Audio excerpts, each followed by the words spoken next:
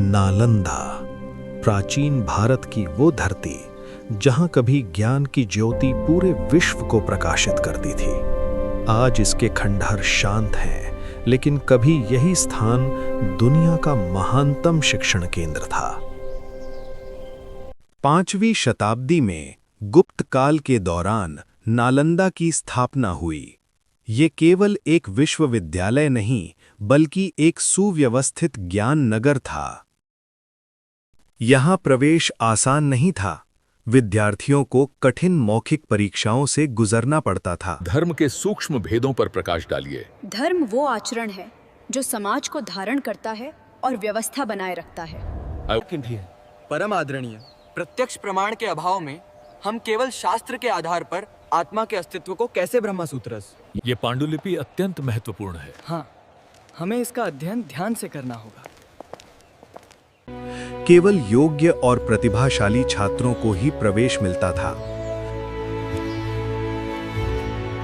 भारत ही नहीं, बल्कि चीन, कोरिया, तिब्बत और दक्षिण पूर्व एशिया से छात्र यहां अध्ययन करने आते थे। नालंदा वास्तव में दुनिया का पहला वैश्विक परिसर था। यहां दर्शन, गणित, तर्कशास्त्र, खगोल विज्ञान और चिकित्सा जैसे विषय पढ़ाए जाते थे। ये गोला ब्रह्मांड का सटीक प्रतिनिधित्व करता है। इन जटिल ज्यामितीय रेखाओं का पालन करें। किंतु गुरुदेव, ये तर्क पूर्णतः अस्वीकार्य है। आत्मा की अवधारणा वेदों पर आधारित है। किंतु यदि हम न्याय सूत्र के आलोक में देखें, शिक्षा संवाद और वाद विवाद के माध्यम से विकसित होती थी।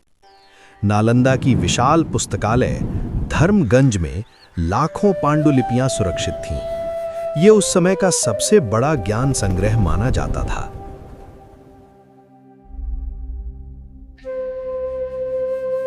सातवीं शताब्दी में चीनी यात्री ह्वेनसांग यहां अध्ययन करने आए। उन्होंने नालंदा को अपने समय की सबसे उन्नत शैक्षणिक संस्था बताया।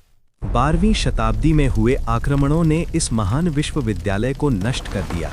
सदियों का संचित ज्ञान आग की लपटों में समा गया। आज नालंदा के खंडहर हमें याद दिलाते हैं कि सभ्यताओं की वास्तविक शक्ति उनके ज्ञान में होती है। नालंदा भले ही नष्ट हो गया हो, उसकी विरासत आज भी जीवित है। ऐसी ही और दिलचस्प कहानियों और फैक्ट्स के लिए विजडम एंड वंडर्स को सब्सक्राइब करना ना भूलें। पसंद आया तो लाइक करें और शेयर जरूर करें।